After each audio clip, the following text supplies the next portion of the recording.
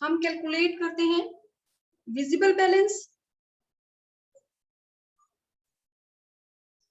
Means trade balance, balance means export minus import, और visible balance के साथ हम कैलकुलेट करते हैं इनविजिबल बैलेंस।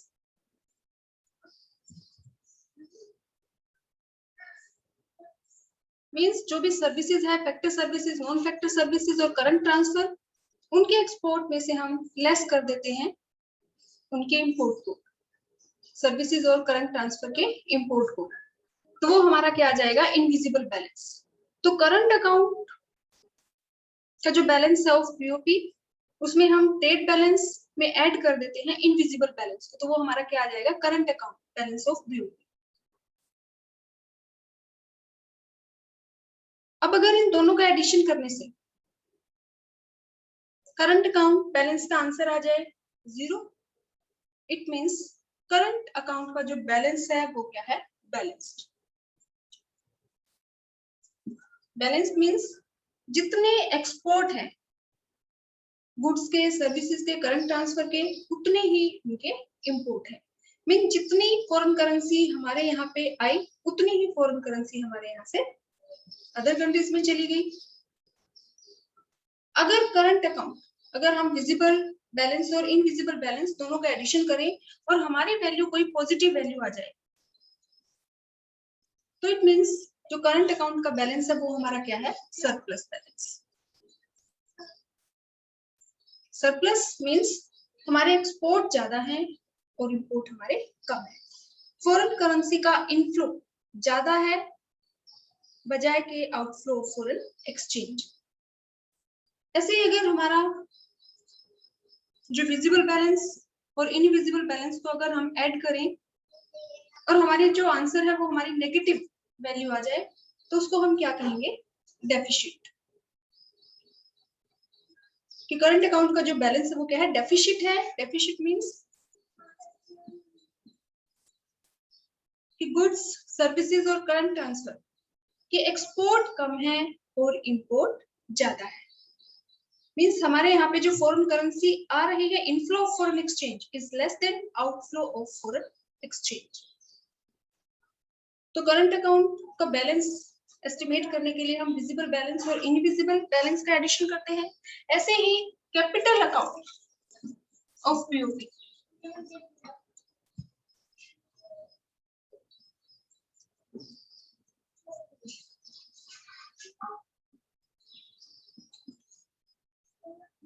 अगर कैपिटल अकाउंट का बैलेंस हमें एस्टिमेट करना है, तो इस सिचुएशन में हम जो कैपिटल अकाउंट के जो कंपोनेंट्स हैं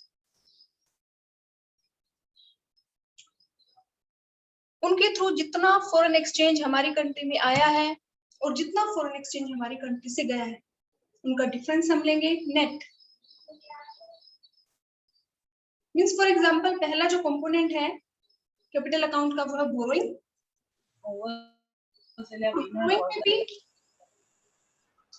बात हमारे तो कोई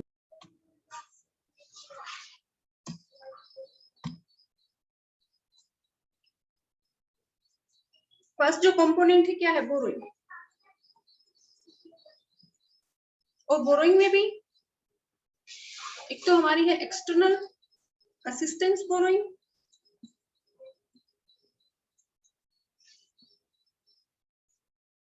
और दूसरी हमारी है एक्सटर्नल कमर्शियल बोरोइंग।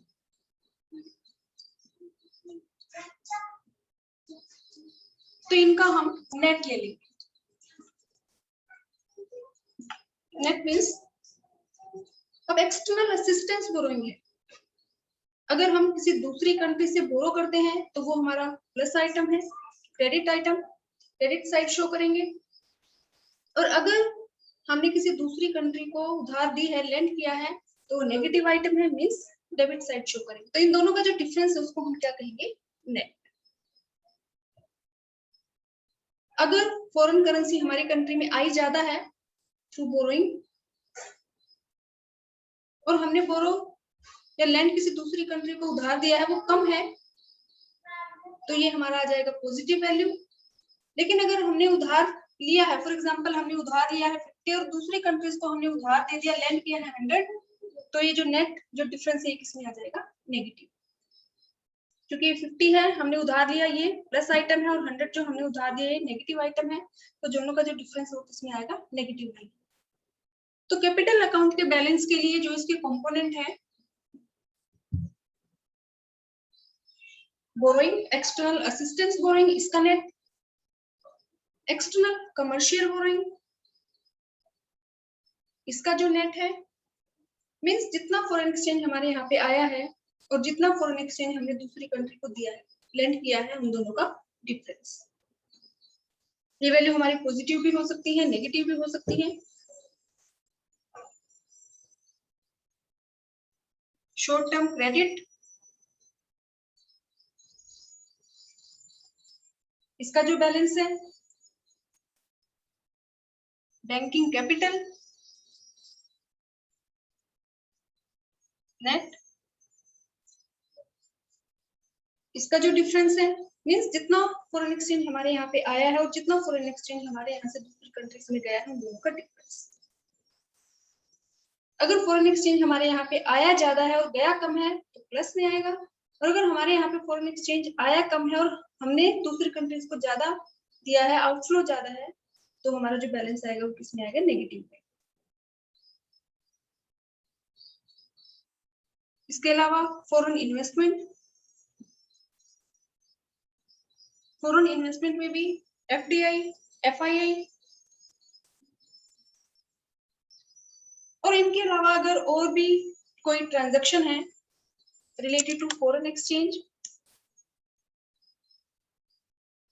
तो उसको भी हम यहाँ पे शो कर देंगे, अदर फ्लोज।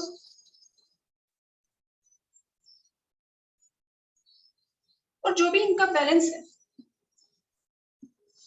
उनका सबका हम एडिशन कर देंगे, तो जो वैल्यू हमारी आएगी वो हमारा क्या होगा, कैपिटल अकाउंट बैलेंस। तो जैसे करंट अकाउंट में हम एक्सपोर्ट माइनस इंपोर्ट करते हैं, ऐसे ही कैपिटल अकाउंट में हम डिफरेंस ले लेंगे। कि फॉर एग्जांपल फॉरेन इन्वेस्टमेंट है, तो फॉरेन इन्वेस्टमेंट अगर हमने दूसरी कंट्रीज में की है 100 और हमारे यहाँ पे जो दूसरी कंट्रीज ने हमारे यहाँ पे इन्वेस्टमेंट की है वो किया है 200, तो इन दोनों का डिफरेंस कितना होगा, हमने जो फॉरेन इन्वेस्टमेंट की है, मींस फॉरेन करेंसी हमारे यहाँ से गई है, डेबिट आइटम है, नेगेटिव साइन के साथ शो करेंगे, तो दोनों का डिफरेंस कितना है, 100। तो हम यहाँ पे जो कैपिटल अकाउंट की जितनी भी ट्रांजैक्शन है उनका हम यहाँ पे जो भी डिफरेंस है वो लेंगे और इन सभी आइटम्स को हम एडिशन करेंगे, तो इनका जो भी टोटल है, जो बैलेंस आएगा वो हमारा क्या है, capital account balance.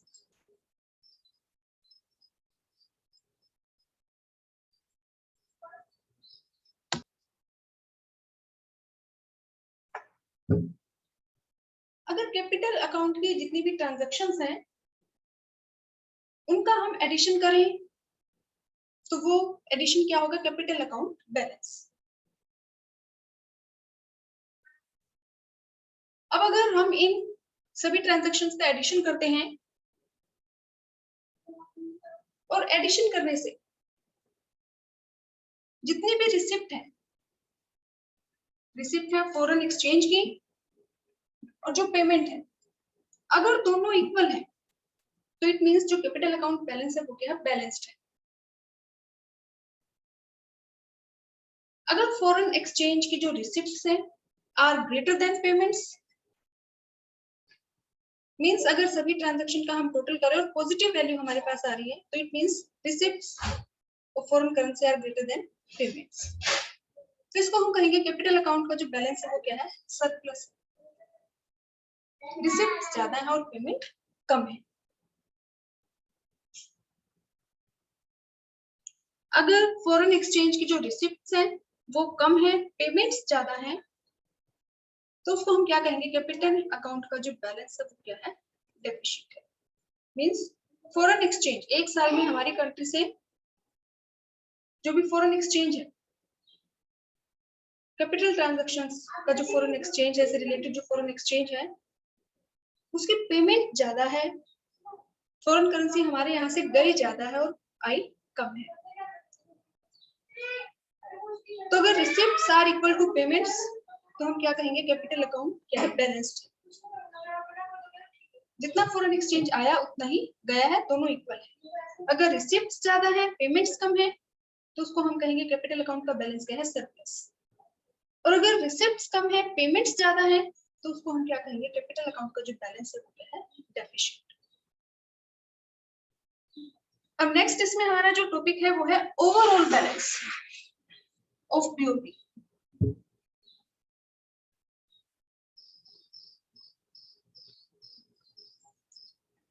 Overall balance. Overall balance means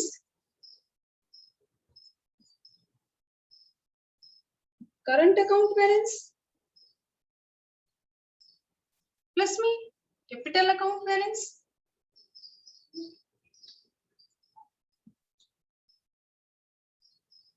और प्लस में errors and omissions.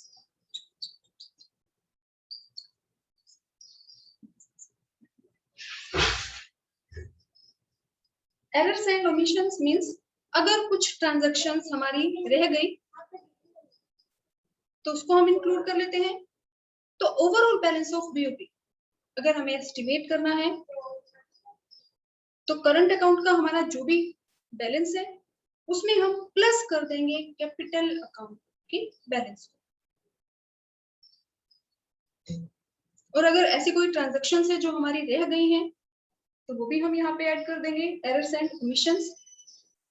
या अगर आप इसको ऐसे भी लिखें, करंट अकाउंट बैलेंस प्लस में capital account balance equal to 0। तो ओवरऑल बैलेंस क्या है, करंट अकाउंट बैलेंस प्लस में capital account balance of BOP. अगर हम दोनों अकाउंट का एडिशन कर दें तो वो हमारा क्या आ जाएगा, ओवरऑल बैलेंस। तो इसमें हम ऐड कर सकते हैं एरर्स एंड ओमिशंस।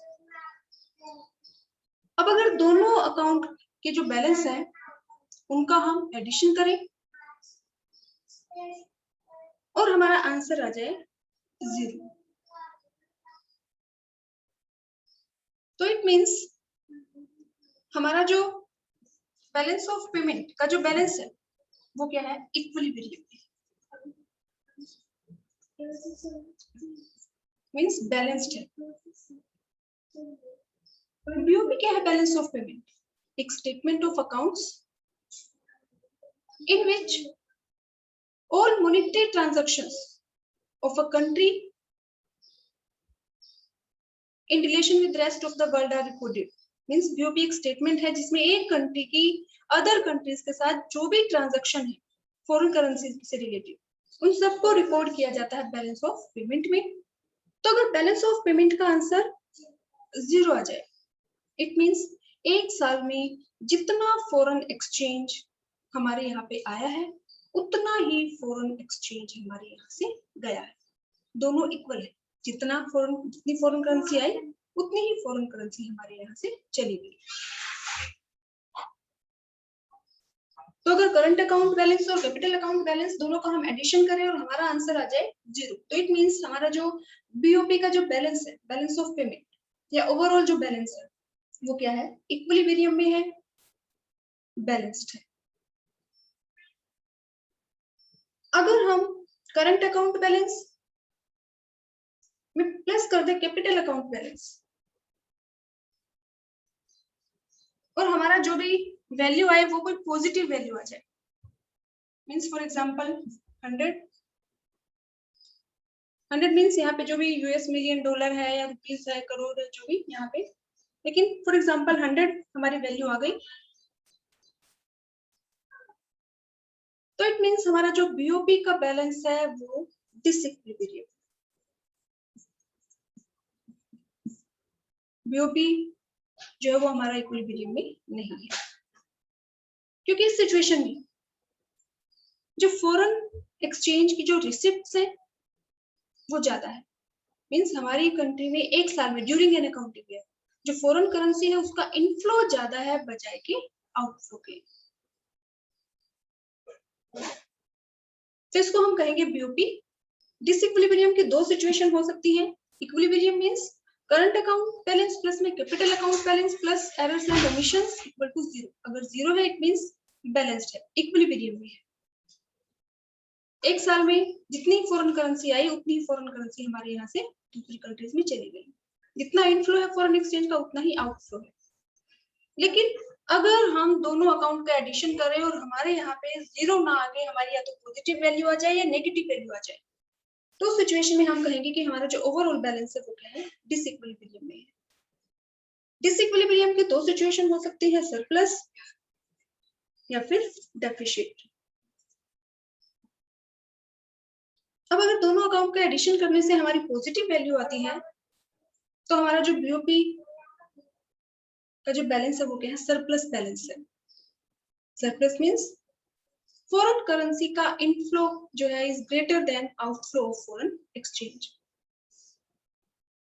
और अगर हम इन दोनों अकाउंट का एडिशन करें और एडिशन करने से हमारे यहाँ पे नेगेटिव वैल्यू आ जाए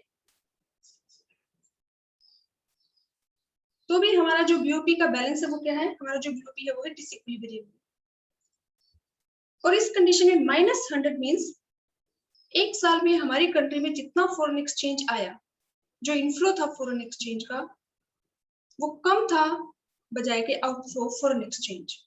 मतलब इतना फॉरेन एक्सचेंज हमारे यहाँ से ज्यादा गया है। फॉरेन करेंसी आई कम है, गई ज्यादा है, और इसको हम क्या कहेंगे, BOP deficit.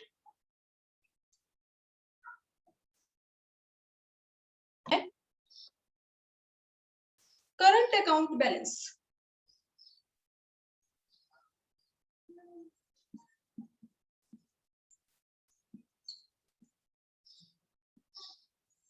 Current account balance calculate करना है और इसमें जो आइटम्स आपको गिवन है, balance of visible trade,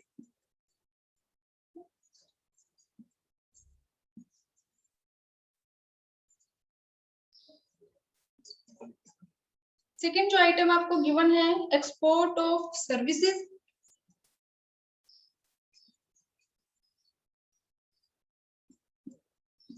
third जो आइटम है वो है import of services,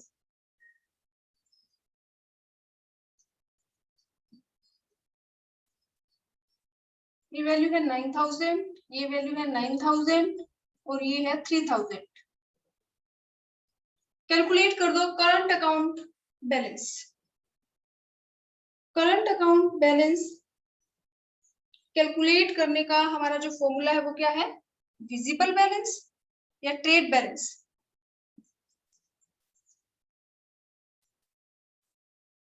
plus invisible balance.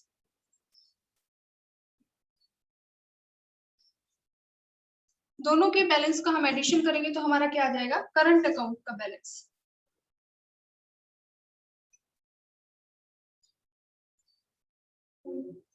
जल्दी कैलकुलेट करो और आंसर बता दो मेरे को, कितना आंसर आएगा आरती, रिंकी, सपना। देखो सबसे पहले तो इसमें ट्रेड बैलेंस है। Trade balance means visible goods का बैलेंस। विजिबल गुड्स का जो एक्सपोर्ट है उसमें से हम माइनस कर देंगे इंपोर्ट। तो अगर हम हमारे क्वेश्चन को देखें तो इसमें हमें गिवन है बैलेंस ऑफ विजिबल ट्रेड 9000, तो हम यहाँ पे ले लेंगे 9000। तो ट्रेड बैलेंस हमें ऑलरेडी गिवन है, प्लस हमें कैलकुलेट करना है इनविजिबल बैलेंस। और इनविजिबल बैलेंस का हमारा फॉर्मूला क्या है, export of invisible items, export of factor services, non factor services and current transfer. उसमें से हम माइनस कर देंगे import of factor services, import of non factor services and current transfer, import of current transfer. तो इस question में हमें अलग अलग गिवन नहीं है, हमें सिर्फ export of services and import of services given है। तो इन दोनों का बैलेंस हम निकाल लेंगे, एक्सपोर्ट में से हम लेस कर देंगे इंपोर्ट, तो ये कितना आ जाएगा, प्लस हम कर देंगे 6000। तो करंट अकाउंट बैलेंस हमारा कितना आ जाएगा, 9000 प्लस में 6000, 15000। साथ में जो भी यूनिट्स आपको गिवन है क्वेश्चन में, डॉलर, करोड़, लाख, वो आपको यूज करनी है, यहाँ पे लिखना है।